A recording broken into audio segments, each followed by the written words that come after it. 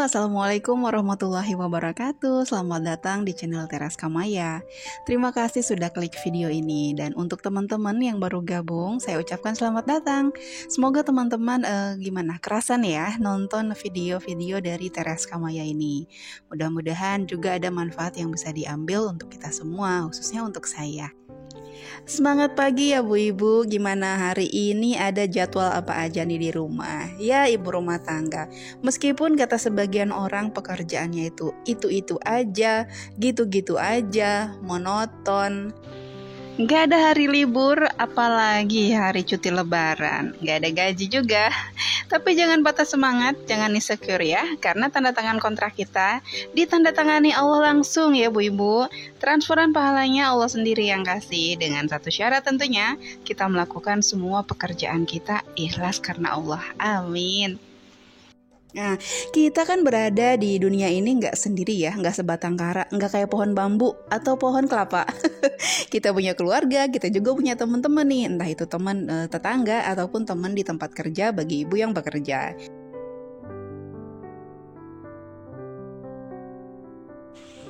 Semua orang dalam hidupnya punya masalah masing-masing ya, hanya aja cara menyikapinya itu yang berbeda-beda. Kalau diibaratkan laptop atau handphone, itu kalau kebanyakan isi biasanya kan lola ya, alias loadingnya lama. Mau nyari filenya susah, mau nyari apa-apa susah. Kadang-kadang kalau udah saking penuhnya, dia bisa mati. Nah, untuk itu kita kadang-kadang butuh untuk nge-restartnya ya. Dimatiin dulu sebentar, habis itu dinyalain lagi. Atau kadang-kadang mungkin kalau alat elektronik bisa dicabut dulu sebentar, nanti baru bisa dicolokin lagi. Habis itu baru bisa berfungsi lagi dengan baik. Nah, itu sebenarnya sama aja kayak kita. Ya terutama kemampuan otak kita nih. Kalau kita merasa kepala ini rasanya kusut banget, terus tiba-tiba suka ngelamun, gak enak makan, susah tidur ya, atau insomnia, hati-hati. Mungkin itu adalah sinyal kalau kita udah terlalu banyak memasukkan hal-hal yang gak penting ke dalam otak kita. Pernah ngerasain gak sih kita itu di satu waktu gitu ya, kesenggol dikit aja kita langsung emosi, langsung melotot, langsung marah. Padahal mungkin sehari-harinya biasa aja, bahkan dicandain lebih parah dari itu kita masih bisa cool. Nah, kenapa? Mungkin karena kita terlalu banyak pikiran. Terus apa yang dipikirin? Nah, kadang-kadang itu kita susah gitu ngebedain. Hal-hal apa aja sih yang pantas untuk kita pikirin, adalah hal-hal apa aja yang seharusnya udahlah kita cuekin aja, santuy aja gitu Mbak Bro, kayak di pantai.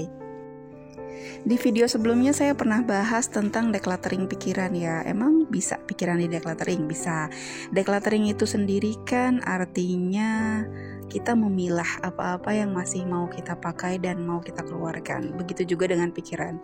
Jadi setiap ada hal-hal yang kita dengar, kita lihat dan kita baca, itu gak semuanya dimasukin ke pikiran kita.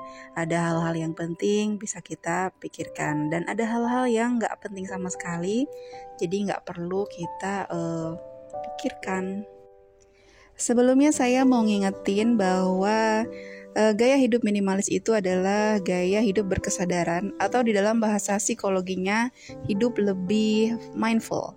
Segala sesuatu yang dilakukan dan dikonsumsi itu dihayati dengan penuh kesadaran serta hidup here and now. Jadi hidupnya sekarang gitu ya, bukan memikirkan masa lalu dan juga memikirkan masa depan. Masa depan itu baiknya disiapkan ya teman-teman, bukan dipikirkan.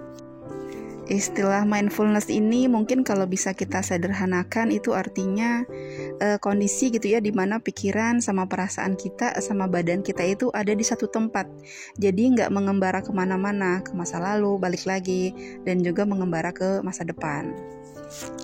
Bicara tentang masalah tekanan hidup ini, tentu aja ada korelasinya ya, ada hubungannya dengan seberapa banyak kita memasukkan masalah-masalah yang ada di depan kita, yang ada dalam keseharian kita itu menjadi sebuah masalah yang selalu kita pikirin terus-menerus. Nah, kita belajar sedikit demi sedikit untuk menjaga supaya pikiran kita ini tetap waras, Bun. Kalau ada yang lagi nonton video ini yang mungkin tipikalnya itu mirip-mirip seperti saya atau sama persis gitu ya. Tipenya itu saya adalah termasuk orang pemerhati kata per kata dari setiap ucapan orang, terutama yang ditujukan kepada saya langsung. Nah, kalau teman-teman ada yang merasa, ih kok sama ya kayak saya, yuk kita belajar ya.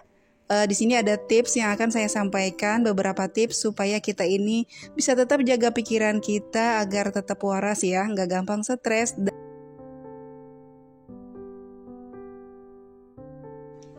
Apa yang saya lakukan supaya saya tetap bisa waras?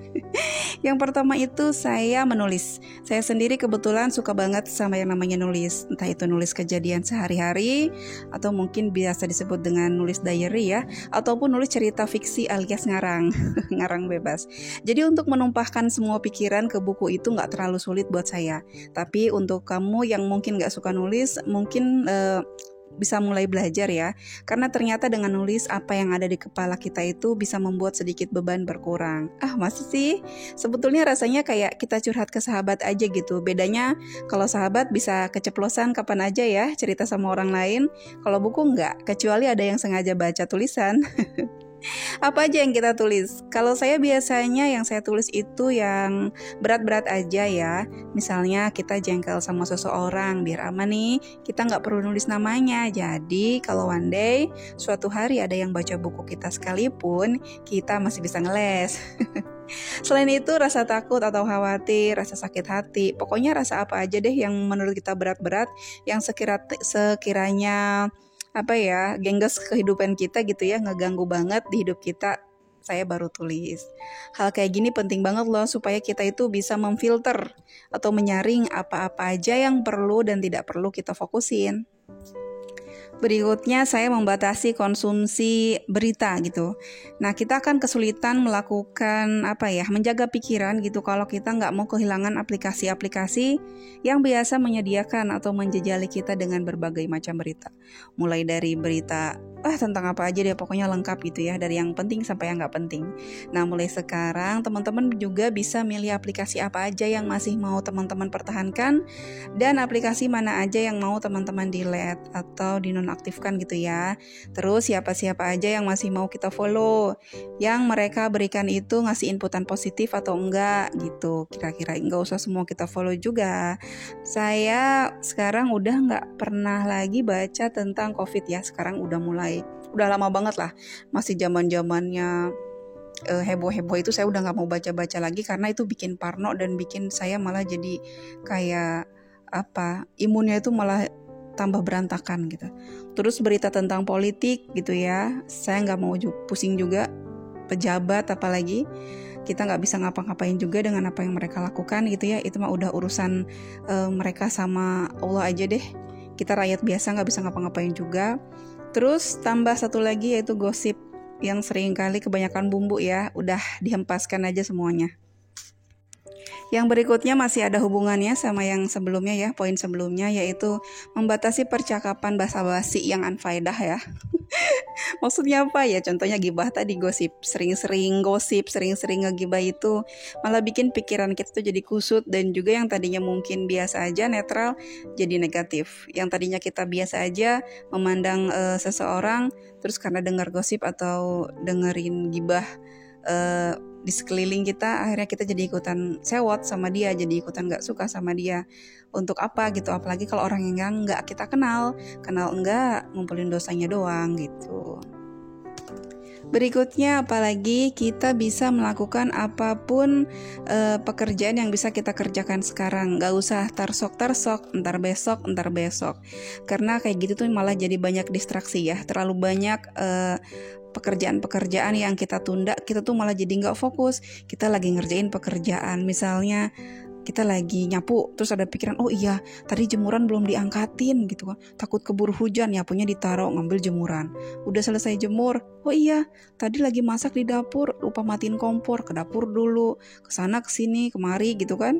Akhirnya nyapunya gak selesai-selesai, sampahnya masih di tengah-tengah, kena angin gitu kan, terbangan lagi. Ya Allah, itu yang kayak gitu yang kadang-kadang bikin kita tuh tambah stres. Padahal pekerjaan itu sebenarnya enaknya dikerjakan satu-satu gitu. gitu. Terus juga kalau bisa dikerjakan sekarang, jangan tunggu nanti, karena kita nggak pernah tahu kejadian apa yang akan terjadi 5 atau 10 menit kemudian.